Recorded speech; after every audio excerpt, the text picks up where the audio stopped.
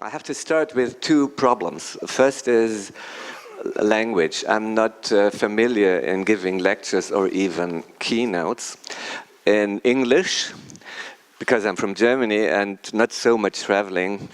So maybe I have some problems with some words and then I need your help, but also I have a PowerPoint, so you will get the main message from the slides.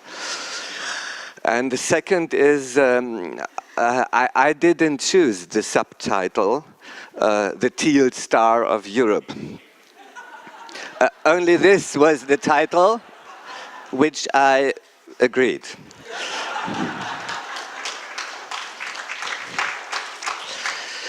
I do not like the subtitle, Teal Star, and I do not think that I will fulfill this idea.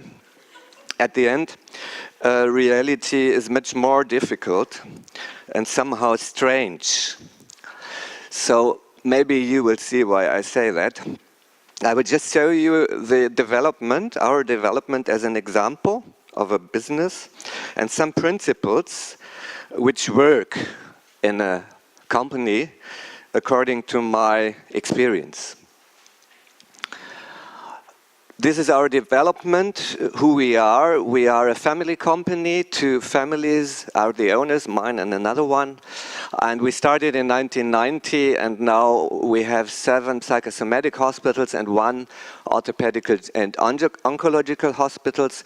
The main thing is psychosomatic treatment, and you see the indications, the disorders we have to treat. These are our hospitals, 4 in Bad Kissing and the rest around in Germany. All are very nice in nature area like here.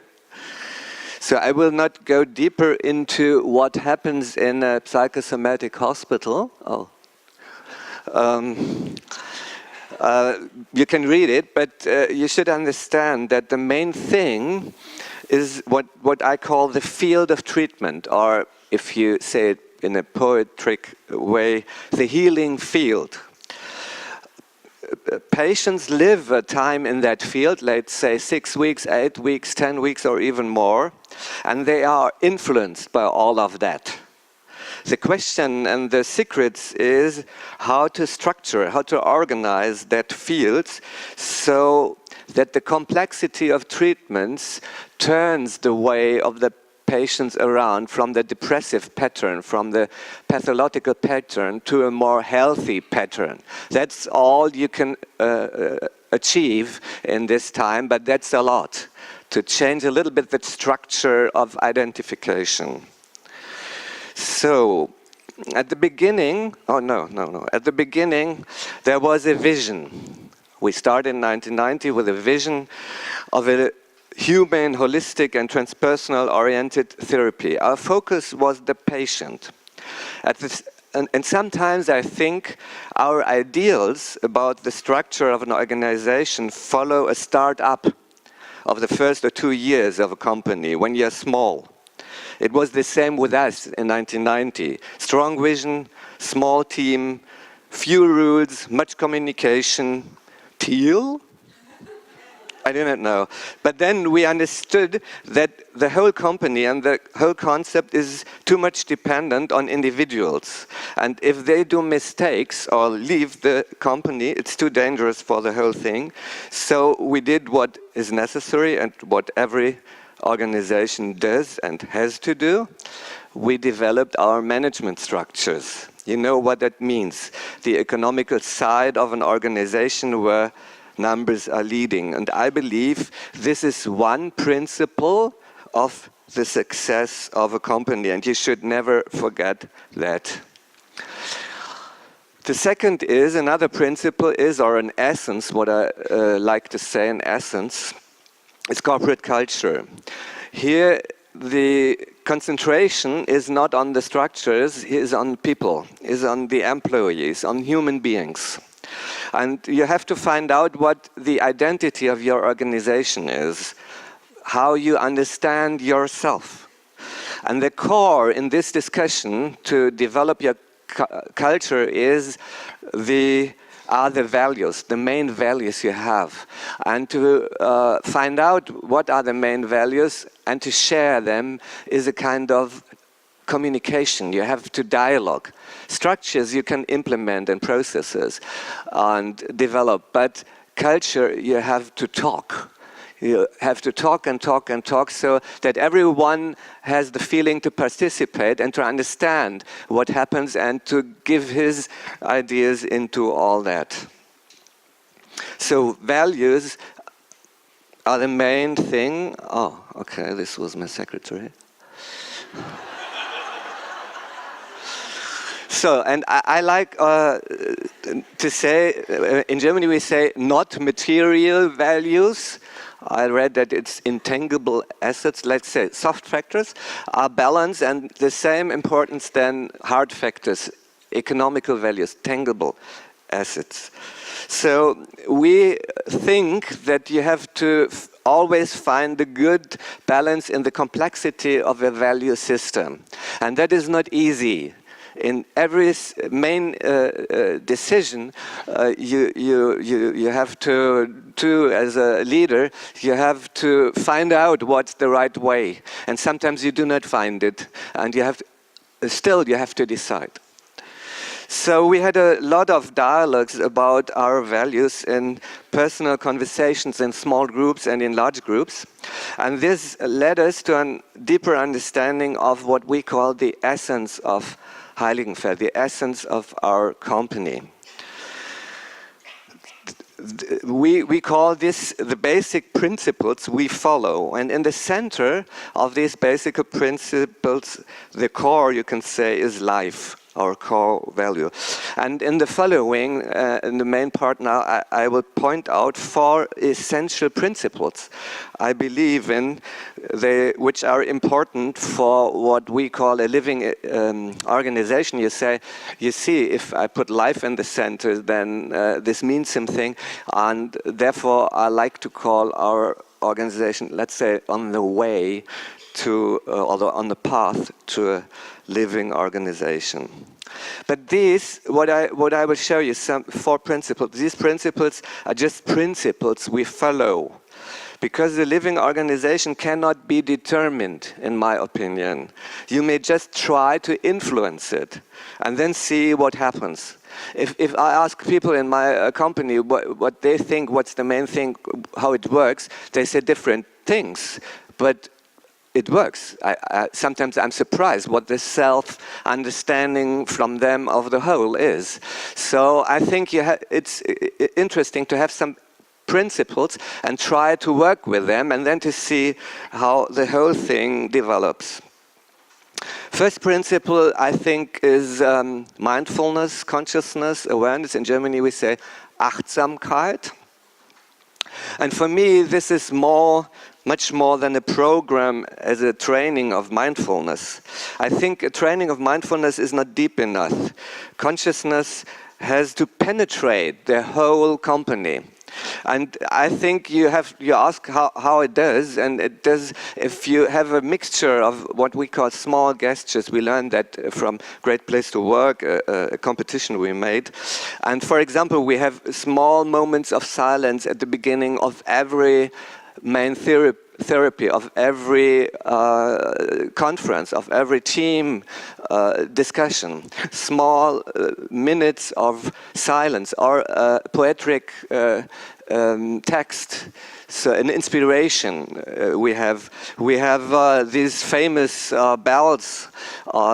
Everyone, not everyone, in a conference, one person can take it, and whenever he wants, he can ring, and then everyone has to be silent and to find out what happens. Are we doing the discussion as we want it or not? So they use it when something is around, then silence comes and things deepen, and it is a change, just 10 seconds, and then something changes.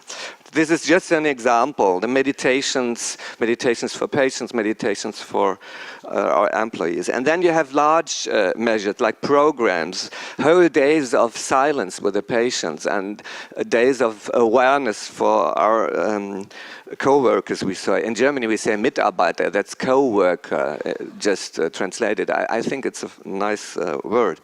Our supervision, our caring system that our employees get massages, cosmetic treatments during their working time.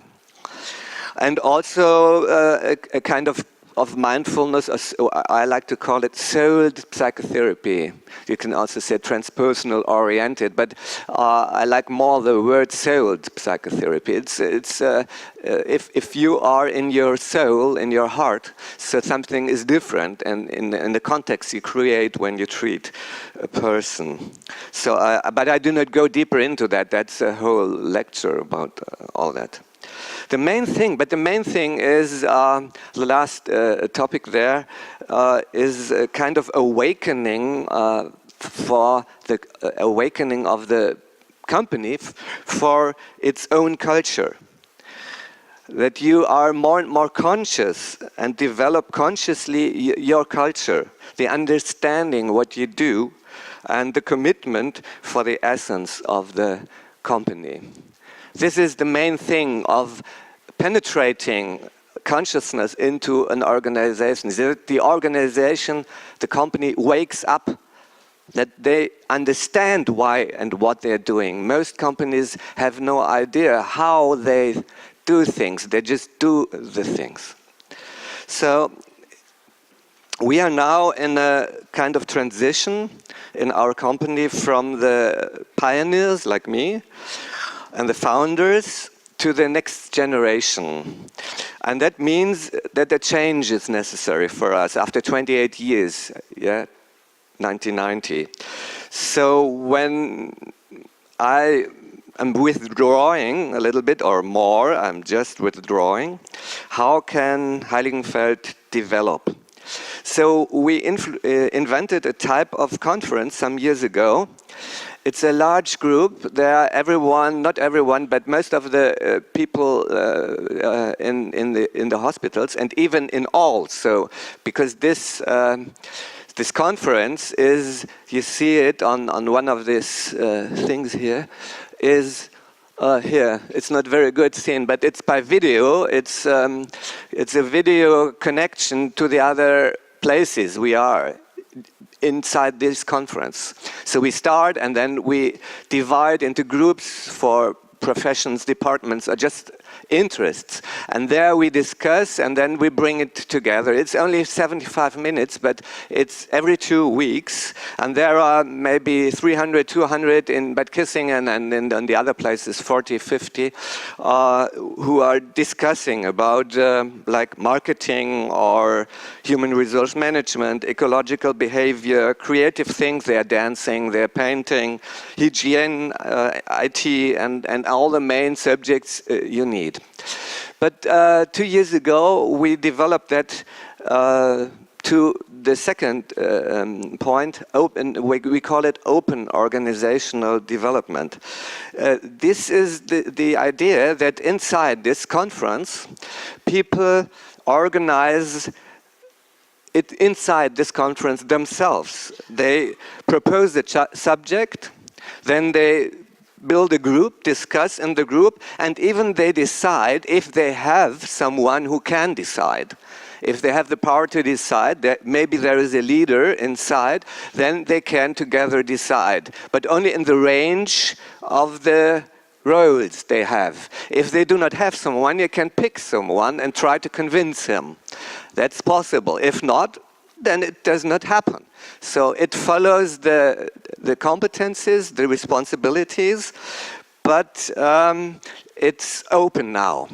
Like what subjects did they choose? I will tell you, like parking spaces for employees, part-time jobs, animals at our workplace, our conditions of work, digitalization, our attitude to work, time models for work, burnout in Heiligenfeld, family therapy concepts. And last one is there's always an open group. People who have no interest in any kind of group, existing group, they have to go somewhere.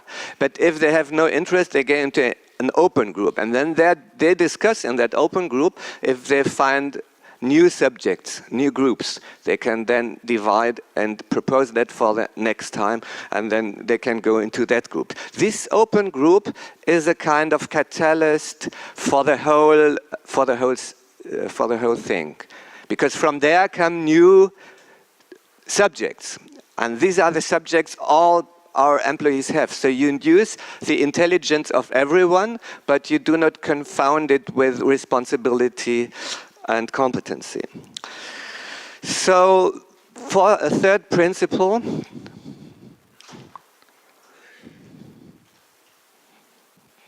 the next one, I don't know what it is. Self-organization? No. A very interesting thing for me is wholeness. And for me, it does not only mean something like the integral model or multi-perspective models. At the end, I do not believe so much in models. They are helpful, that's all. But reality...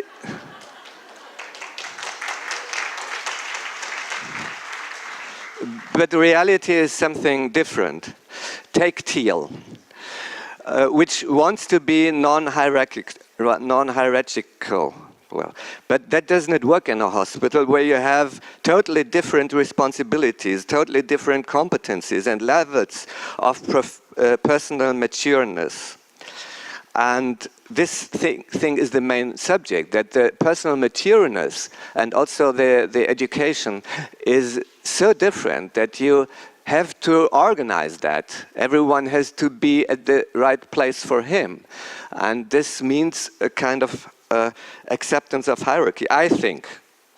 So, and even to have a leading role, to have a leading position, is not that you have it because the other one wants you to have it, because you have to learn it. I think to be a leader means to learn 3 to 5 years how to lead. It's a known profession, in my opinion, in my experience. So maybe you see it in a different way, but well, we have to find out how that works. So I think we are more on the way to find complex models where inspiration is working, where participation is working, but it will be in complex organizations like hospitals. I think it will be a complex also hierarchy.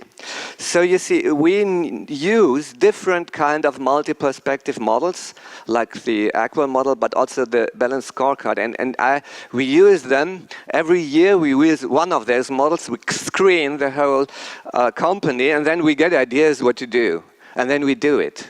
And we just use different types of such models, like the balanced scorecard. I do not explain it to you, but it's a complex, multi-perspective model. In the center is vision and strategy. And that is very interesting. If you work on your vision and then you find out to the different, let's see, like quadrants, to the different perspectives. So the main thing in leadership is to handle complex models for your company. And you do not have to believe in them, but you have to handle them. They inspire you. They give you some idea what to do, and then you see the result. So, and I call it conscious intuition, because what is the inner capacity to do that? I think it's intuition, in a kind of developed, awakened conscious intuition. So what I started to say, to be honest, I do not believe that Teal is real. Yeah, but this is English, you know.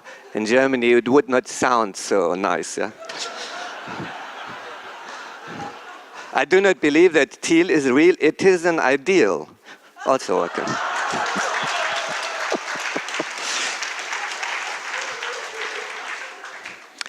which I do not really share. Companies do not have to develop to Teal. Companies do not have to develop to Teal or anywhere else. As every living being, they have the right to unfold themselves in their own way, and they will do it. Because I think companies are living organisms, because people, living human beings, are working in it. So the complex structure is also something living. And I find it much more interesting if companies want to find out how it is to be living, how it is to be alive, to be lively. Because then they are open for their own development. Because evolution is open. In my opinion, it is open. We will see if it is really going that way. Gapso, Wilbur, and all the people think as humanity. We do not know what evolution is doing, and I think it is, for me, it's much more interesting to be just curious and open for that, and to give some influences and hope that it will lead to a little bit of better unfolding of that. So for me, the end is to transcend perspectives, to transcend models, also integral models or Teal. And beyond all of that is just, for me, an open consciousness. Open for innovation, for co-creation and evolution. Because life itself, for me, is beyond our understanding and open for the secret, for its own secret. I feel life unfolds consciousness, brings consciousness forth, not the other way around. I feel life unfolds consciousness to realize itself, to realize its own openness. So at the end, a living organization is just open. It's living its kairos, you can say. What is the title of our next conference? In 2 weeks, and I'm ready earlier than I had to do. Thank you for listening.